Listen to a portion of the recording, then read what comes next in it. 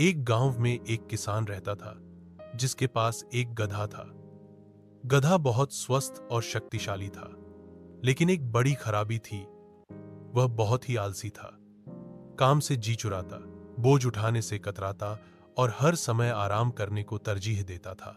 यह देता है, किसान हर सुबह गधे को साथ लेकर खेतों में जाता, मगर गधा आधे रास्ते में ही रुक जाता और जमीन पर बैठ जाता। किसान उसे मारने के बजाय प्यार से समझाता, लेकिन गधा सुनता ही नहीं था। कभी थकावट का बहाना करता, कभी गर्मी का और कभी पेट दर्द का। एक दिन किसान बहुत तंग आ गया। उसने फैसला किया कि अगर गधा न बदला तो उसे बेच देगा।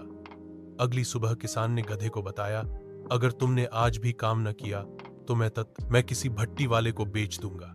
गधा घबरा गया, मगर फिर भी अपनी आदत से मजबूर होकर रास्ते में ही बैठ गया।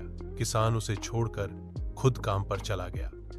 दोपहर में जब वह वापस आया तो उसने गधे को बताया कि एक भट्टी वाला उसे लेने आ रहा है जो गधों को ईंटें ढोने के लिए इस्तेमाल करता है, और अगर वह काम न करे तो भट्टी की गर्मी में ही खड़ा रखता है। यह सुनकर गधा कांप गया। उसे एहसास हुआ कि सुस्ती की सजा बहुत है, भारी हो सकती है।